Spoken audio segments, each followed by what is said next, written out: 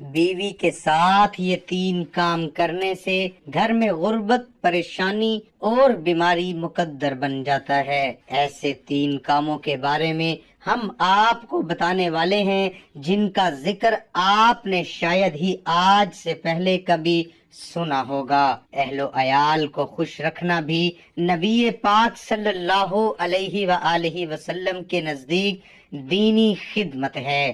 جیسا کہ ابو ہریرہ رضی اللہ تعالی عنہ سے روایت ہے کہ رسول اللہ صلی اللہ علیہ وآلہ وسلم نے فرمایا، کامل ایمان والا وہ شخص ہے جو اخلاق میں اچھا ہو، اور تم میں سے بہترین وہ لوگ ہیں جو اپنی عورتوں کے حق میں بہتر ہوں۔ باروایات ترمذی اور حضرت عائشہ رضی اللہ تعالی عنہا سے روایت ہے کہ رسول اللہ صلی اللہ علیہ وآلہ وسلم نے فرمایا، لوگو جان لو کہ تم میں سے بہتر وہ ہے جو اپنے گھر والوں کے لیے بہتر ہو، اور جان لو کہ تم میں سے سب سے بہتر اپنے گھر والوں سے حسن سلوک کرنے والا میں خود ہوں۔ باروایات ترمذی۔ ایک روایات میں اسی بات کو ایک منفی اسلوب سے نبی اکرم صلی اللہ علیہ وآلہ وسلم نے واضح فرمایا،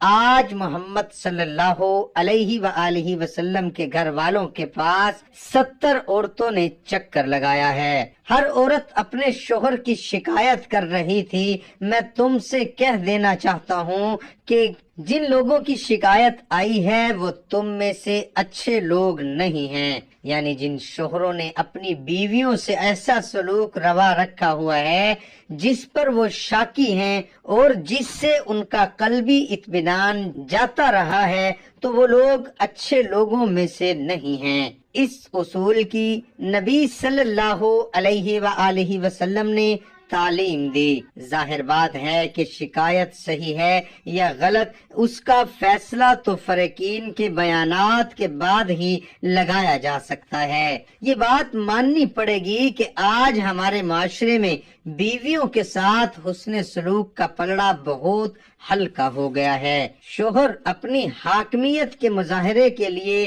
تو ہر وقت آمادہ نظر آتے ہیں، لیکن حسن سلوک کے معاملے میں تہی دست ہیں۔ یہ معاملہ صحیح نہیں ہے۔ دوستو، مذکورہ روایات سے معلوم ہوا کہ ہر مرد کو چاہیے کہ گھر میں حسن اخلاق کا مظاہرہ کرے، نہ کہ بد اخلاقی اور بد سلوکی کا مظاہرہ کرے۔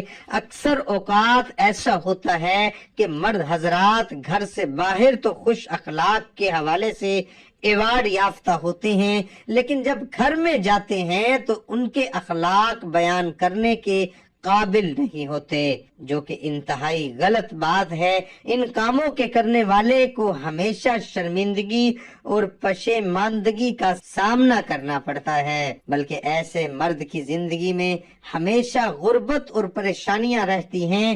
ان میں سب سے پہلا کام یہ ہے کہ کبھی بھی اپنی ساس یا سسر کو گالی نہ دیں، یعنی اپنی بیوی کی والدہ یا والد کو گالی دینا انتہائی برا فعل ہے، کیونکہ شادی کے بعد ایک مرد کے لیے ساس اور سسر کے لیے وہی درجہ ہوتا ہے جو کہ اس کے اپنے والدین کا ہوتا ہے۔ جس طرح سے آپ اپنے لیے یہ گوارا نہیں کر سکتے کہ کوئی آپ کے والدین کو گالی دے، اور اگر کوئی ایسا کرے تو آپ کو کتنی تکلیف ہوتی ہے، اسی طرح سے کسی مرد کے لیے مناسب نہیں کہ وہ اپنی بیوی کے والدین کو گالی دے کر بیوی کو ایذا پہنچائے۔ اور پہلے بھی ذکر کر دیا گیا، ساس اور سسر کا درجہ والدین جیسا ہوتا ہے، اسی لیے ان کا ایسا ہی احترام کرنا لازم ہے جس طرح سے اپنے والدین کا کیا جاتا ہے۔ یاد رہے کہ بعض لوگ جہالت کی وجہ سے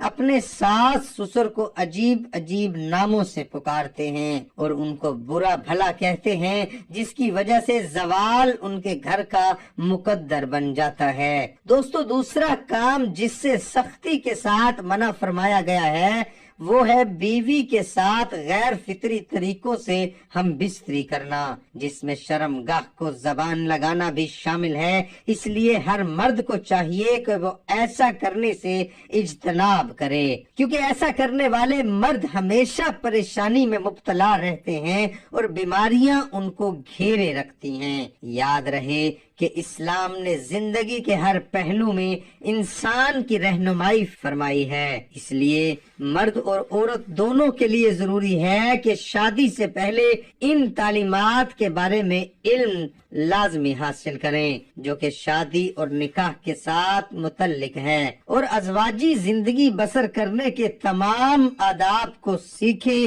اور دوستو، تیسرا کام جو مرد کی زندگی میں پریشانی اور غربت کا سبب بنتا ہے وہ ہے طلاق جیسے ناپسندیدہ لفظ کا اپنی گفتگو میں زیادہ استعمال۔ جو مرد اپنی بیوی کو ہر بات کے ساتھ طلاق کا طعنہ دیتے رہتے ہیں وہ مرد ہمیشہ پریشانیوں میں گھرے رہتے ہیں، جبکہ وہ مرد جو بیوی کے ساتھ خوشی خوشی زندگی بسر کرتے ہیں وہ اپنی زندگی میں خوش رہتے ہیں اور ان کی زندگی میں خوشیاں ہوتی ہیں۔ کیونکہ اگر اسلامی تعلیمات کو دیکھا جائے تو ہمارے پیارے آقا صلی اللہ علیہ وآلہ وسلم کی تعلیمات یہی ہیں کہ بیوی کے ساتھ حسن سلوک کیا جائے، نہ کہ نکاح کر کے لانے کے بعد ان کے ساتھ ظلم و زیادتی کی جائے اور اس کو طلاق کے طعنے دیے جائیں۔ یاد رہے کہ جب میاں بیوی ایک دوسرے کو سمجھنے کی